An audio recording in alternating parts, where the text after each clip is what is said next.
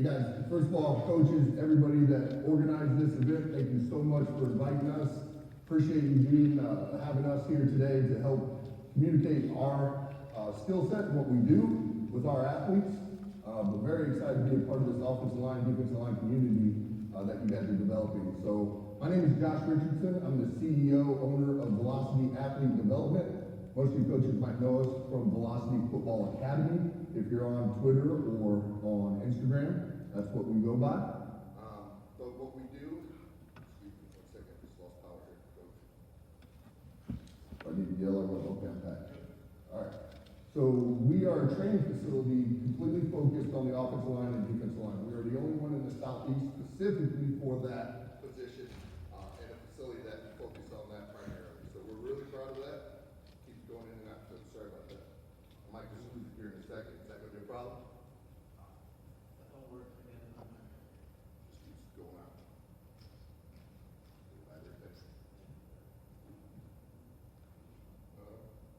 Yeah, it just keeps starting out.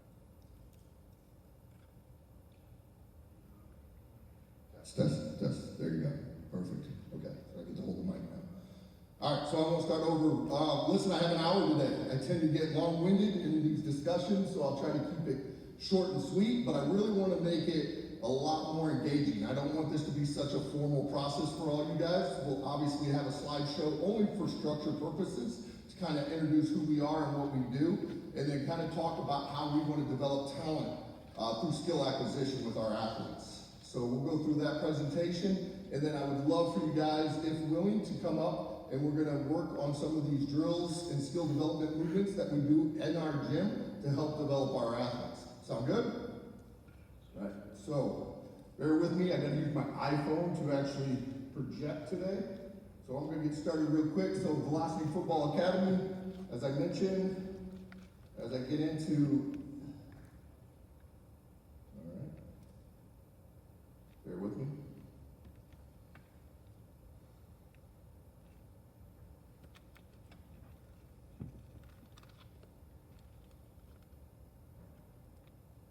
All right, apologize, technical difficulties here, okay.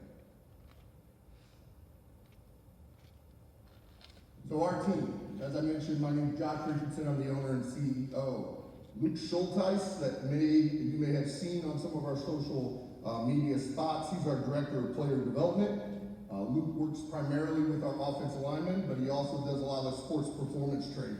The big thing when I started Velocity is I wanted to provide a 360-degree experience for our athletes, whether it be the technical training, the sports performance training, the strength training development, and then we had carried over into our NFL Combine training these past couple of years that have been very successful for us. But we understand all aspects of the game, and we want to make sure that the athletes are being trained in that way. So we want to be able to provide that full experience for them. Luke helps in that process with us at Velocity. We also have Xavier Pendergrass. Xavier's been with me for about 2 years now. Xavier came on as our D-line technician. He's done an amazing job. Very proud of what we're growing within that space. And he continues to grow as a coach and a leader within the D-line community as we are in the O-line as well. And then the last person is Nick Buchanan. And Nick came into us as an athlete that wanted to continue to work towards making the NFL. And eventually Nick became such a big part of our family that we wanted him to actually train with us at the facility and training other athletes. He got so good through the training process, it made him a better athlete, which was a really cool organic process. Nick is currently in the USFL down in Birmingham as a center for the Gamblers at Houston. He played his college ball at Florida. He was the center for them for 2 years he started down there. But he'll be coming back here in the next couple of weeks to train with us, and we're hoping to continue to develop him, and he gets his chance at the NFL level here shortly. So just quick introduction of who my team is. So today I had the option of what did I want to speak to? And as I mentioned earlier, it's about developing talent. And I think one of the biggest challenges that you continue to hear in our space is that the O-line is challenged. And I don't know if that's the case. I think there's a lot more resources than there were when I played back in the 90s, right? I think you guys continue to educate yourself, put yourselves in these positions to learn and develop your skill set to help your athletes get better. So I applaud all you guys for being here for that reason. But I think there's still an opportunity to help these kids that are raw. We spoke about a couple kids earlier today about just raw, size, attributes, everything you need, but just don't know the game, right? We need to continue to develop those kids. I struggle because I do podcasts with college coaches across the U.S., and one of my questions is, how do you develop these athletes? And some of the answers are a little concerning to me, and to the point where they're like, well, it's recruiting, right? You either get on board or the next person's taking your job, and I get that. But as coaches, as leaders, as mentors, we have an actual duty to help these athletes continue to develop. So again, I applaud you guys for coming here to learn and continue to expand your guys' knowledge to help your athletes. So my focus today is to really kind of share with you guys our first 5 developmental sessions that we do with our athletes, right? And we can call them drills, you can call them whatever you want. At the end of the day, these are skill development movements that we want to ingrain and burn into their DNA. Call it muscle memory, call it whatever you want. At the end of the day, we want these athletes to be able to execute properly the tools that they need out on the field to be successful for us in our programs. So we're going to go through that today. So I'm going to dive right into it real quick. We'll break it down real quick, all right? So obviously I'm not going to read this, obviously a little bit of an eye chart, but what you have to get squinting eyes looking at it. But those 5 sessions of foundational development are critical. Each one of our athletes, I don't care if it's middle school, NFL, doesn't matter, will go through these 5 sessions with us before they progress, right? These are all one-on-one sessions with myself or any of my coaches. And we want to make sure they have these foundational, position skill sets in place before we move on. I think everybody understands that. We don't have a good foundation, all the other stuff that we throw at them ain't gonna matter, right? So you guys hear a lot from an introduction session. We gotta start with our stance. So we'll get a little bit more detailed on these things, but stance is critical. We'll spend a whole hour with our athletes just understanding how to get into a proper stance. We want them to be in a functional, efficient stance. You guys have all heard this. I'm sure all of you guys are on Twitter. Everybody throws out these buzzwords, but the reality is if the athlete doesn't understand the why and what they're doing, they're never going to be fully bought in. They're never going to hold themselves accountable. They're always going to wonder, why didn't I make that block? Why am I not having the same success as everybody else? So we pride ourselves on really pulling it back, slowing it down, and making sure that the athlete understands every aspect of getting into a proper stance. All right, so we'll talk about it. I won't get into too much detail today about the stance, but it's a big part of what we do to start it off. Within this first session, we start introducing our philosophy of movement as an offensive lineman. Now, you guys have probably heard of the method of drive and catch, right? Anybody heard drive and catch? Perfect, love it, right? So I'm a big believer in it. I'm a big fan of Charles and CJ and all them over at OLP.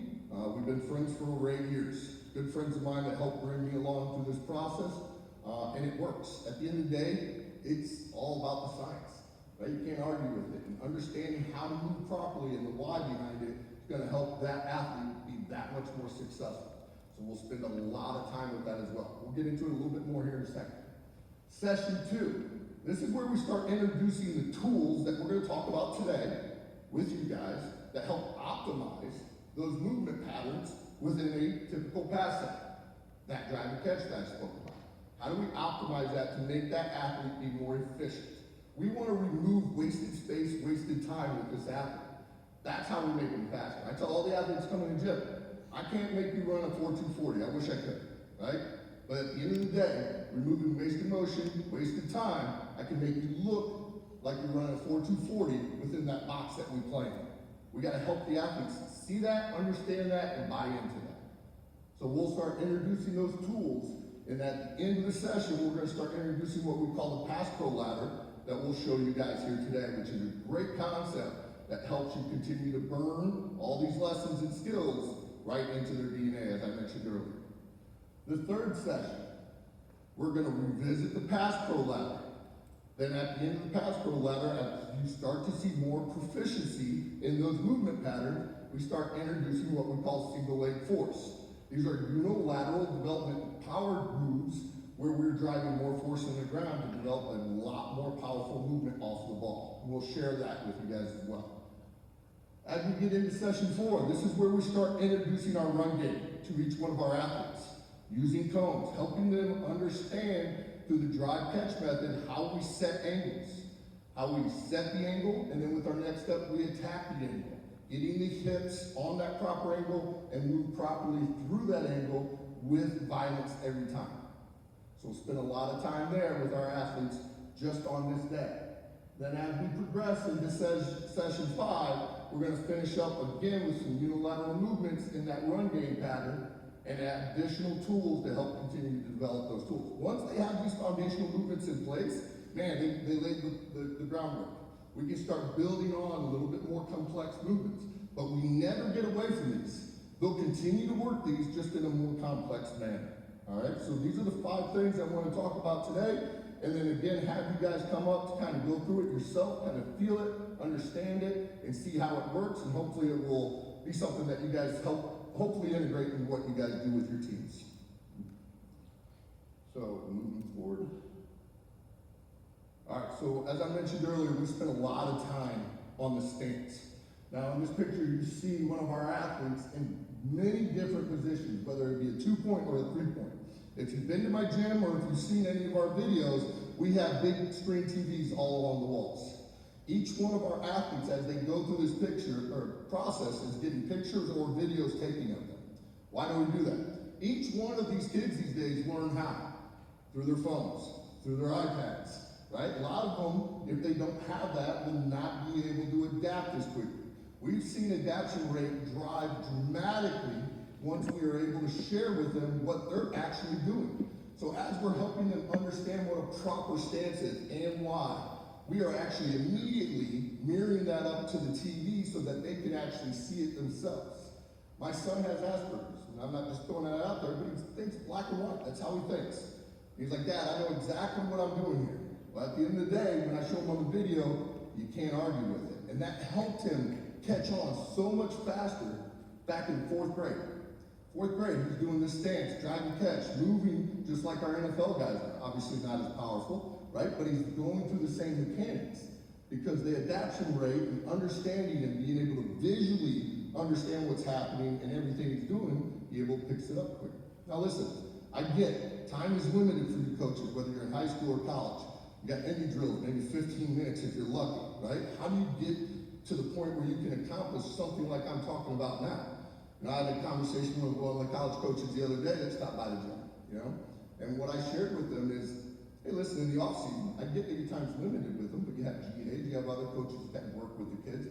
Better yet, why not create captainships, right? You have one athlete on your team that's responsible for understanding what that stance looks like, what you want to accomplish. And if it's not happening, he's held accountable, right?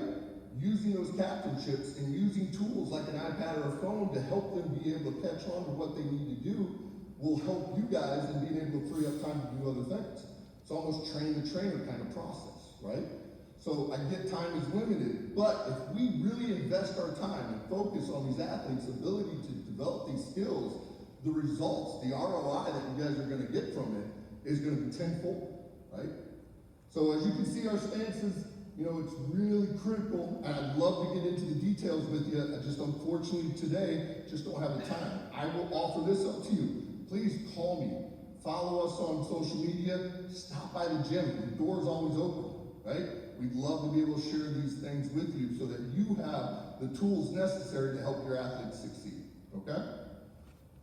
We're going to move on.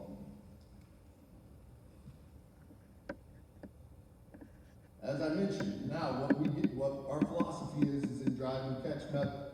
So as we introduce the stance, now we're going to introduce how we move through the drive and catch method. So we're going to show you one of our athletes just taking one pass set. And as you can see right there, Bobby is his name, from Adairsville, taking a pretty nice pass set. All right. One thing that I want you guys to notice is his balance, his efficiency. Right? The big thing that I like to talk about with our athletes is being able to be efficient in how we move. We work with some really elite athletes, just like you guys do. It's incredible to see some of these guys move from point A to point B as fast as possible. But the problem is, by the time they get to point B, they're so unstable and out of control that the Cleo Maps of the world are running through them. We got to help slow that down and help them understand how to move efficiently but under control. So by the time they're at the top of their set, it's going to feel like the guy ran into a brick house. That's what we want to be able to do. And it doesn't happen until they start to feel what that should feel like. The stabilization muscles that are necessary to be able to create that. The movement patterns that are efficient to eliminate that wasted motion. And I share all the time, what's the quickest path between point A and point B? Straight line. Well, we got athletes that are doing this all across that line. We're not going to get to point B very quick, and if we do, we're going to not be stable by the time we get hit. We want to move efficiently across that line. I think you can see right here, you don't see any of that wasted motion, wasted movement when Bobby takes a pass out. Again, I'd love to spend hours on this with you guys because it is so important, but we're gonna move on just so that we can get through the hour that we need to today and hopefully be able to share more with you guys one-on-one afterwards. So as I move forward, we're going to get into the next phase. We're into day 2. All right, day 2, we're going to start introducing the tools that help us in developing what you just saw with Bobby taking that pass out. It's interesting. I like to share this with the athletes. When you learned how to power clean, you never went into the weight room and took the bar right off the ground and went through the full range of motion, did you? They broke it down into skill development movements. That's exactly what we're doing through our pass process with our pass pro ladder. We start with the drive plate. Again, I would love to have you guys try this out. We'll do this today. This is going to help the athlete feel what it feels like to drive force through the ground with their post leg, and in the process, move effectively and efficiently through the ring. This also teaches the athlete how to engage their adductors, which are critical muscles that are critical to help them move effectively and efficiently through their set without any disruption in their weight balance. We'll talk a little bit more when we get there. That's the drive plate. I'll let it play here in a second. As the athlete gets pretty proficient with the drive plate, we move to what I call the med ball crawl. Everybody's seen this. It's all over Instagram and Twitter. You guys may use it. That's great. But are we using it effectively? This tool does really 3 good things for our athletes. 1, it sets the proper posture that we want to maintain through our pass sets. All right, and we'll be able to share that with you guys when you come down here. 2, it helps maintain levels. What do I mean by that? As that athlete moves through that angle from point A to point B, we don't want to be moving up and down, wasting time, wasting motion. By having your hand on the ball as you move through that pattern, it impacts your ability to go up and go down. The ball won't be able to continue to come with you if your hand disengages with the ball, correct? So levels are learned through this behavior.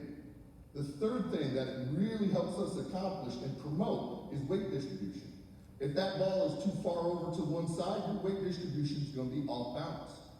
Over towards your post, you're going to be too far to the other side. We want to maintain a 50-50 weight distribution all the way through our sets. By keeping that ball directly down the middle of the framework of our body, it helps promote that. So that's the second tool that we use to help in developing the perfect pass set for our athlete. The third one, the PVC pipe, the T movement, as you can see in this third video right here. What do we use that for? It's been around for years, right? A lot of coaches use it to help keep that chest up, shoulders back, good posture. That's great. There's 2 other things that I like it for even more. 1, it's a tool for us as coaches, trainers, whatever you may be in helping your athlete, be able to visually see, is the athlete taking the proper set? What do I mean by that? If that bar turns in any way as I move through my pass set, it can denote that my hips are starting to open up. Our hips are the strongest joint in our body. Once your hips open up, we are now in a soft hip position that puts us at risk with our defenders. So we want to keep that in a closed pack position. This helps identify struggles that we can help fix through that process. So that's 1. It's a good one. This one's even better. Everybody know what lagging is in the pass set? Everybody's seen their offensive tackles take a pass set, they're like this. You see where the body's way over the top of their post as they're moving out. Why is that an issue? Well, if I got a speed rusher coming from a 7 or a 9, and I'm like this as I'm moving, by the time I get to my spot, that speed rusher's at my hip, what do I gotta do with my body? I gotta throw it over there, right? Now, it creates a chain reaction with bad mechanics that we can't recover from. We wanna maintain that weight distribution 50-50 all the way through our pass sets. So through this movement, that bar tilts in any direction, we know we've disengaged in our core, and we are now out of position to maintain that weight distribution that we want to achieve. So I really like that drill for those purposes. Then lastly, we want that athlete to take each one of those skill development movements and pull them together at the end to achieve a perfect pass set. Now, if I don't see each one of these movements in that last pass set, we're doing it again. All right? We're going to make sure that we hold these athletes accountable. They got to be able to feel it, right? Perfect reps. We don't want them just to go to reps just to do reps. They have to be perfect, right? And then, again, hold them accountable through video, sharing with them what it looks like so they know exactly what's happening in each one of these processes. So I'm going to let it run a couple times just so you can see my friend John up here go through these movement patterns.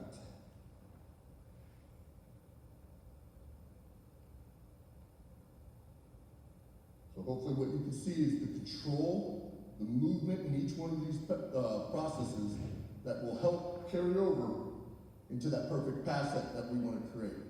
This is where we'll spend our time today focused on with you guys down here at the bottom. All right, we'll be able to answer more questions on these as we get together.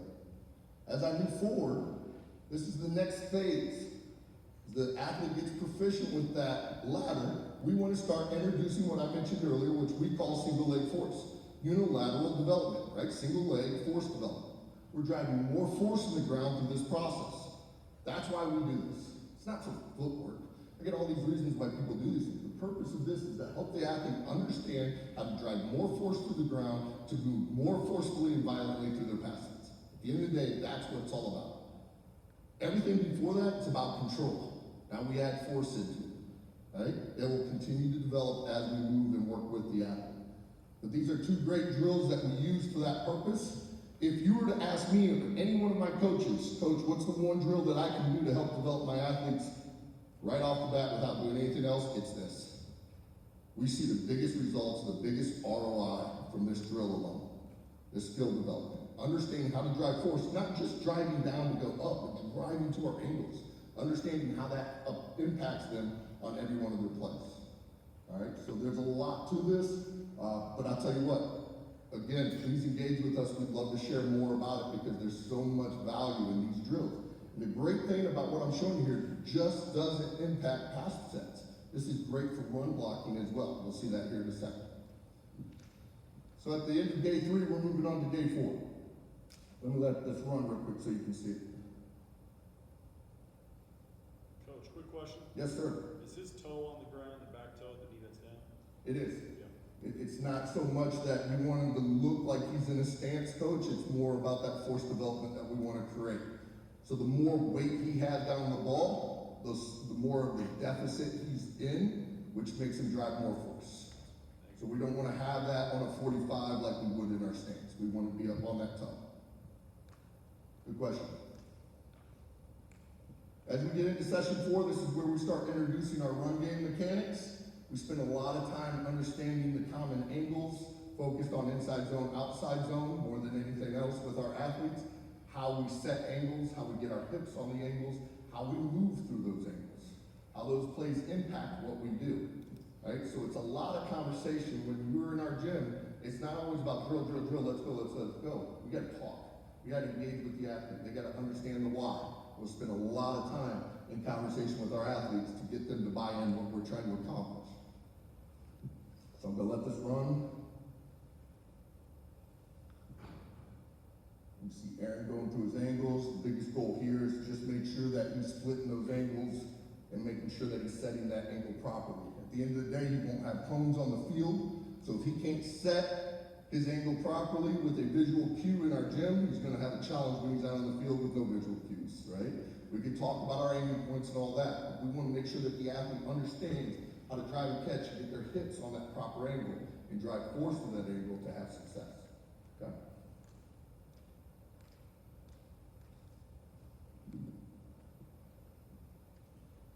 Lastly, what we're going to introduce, as I mentioned earlier, is we're going to have that single leg force from a run game perspective as well. So in that left picture, you can see Sal coming off the ball. We have him banded. Sal's been with us for 3 years. He has about 4 or 5 bands that are 100 pounds each of pressure. It's holding back. This helps him achieve more of that positive torso angle, more of that positive shin angle that we want to achieve in run game, opposed to coming up vertical. So by having This tool, the bands, allows him to feel what that feels like and understand that those are the levels he needs to play at. So I'll let that run. Again, making sure he sets that angle and making sure that cone's right down the middle. And you got Eric Smith on the other side there, he's now with the Arizona Cardinals, who's with Dallas at that time. Now doing it from a more dramatic phase all the way down to the ground. Again, just trying to achieve more force through the ground as he moves through that pattern.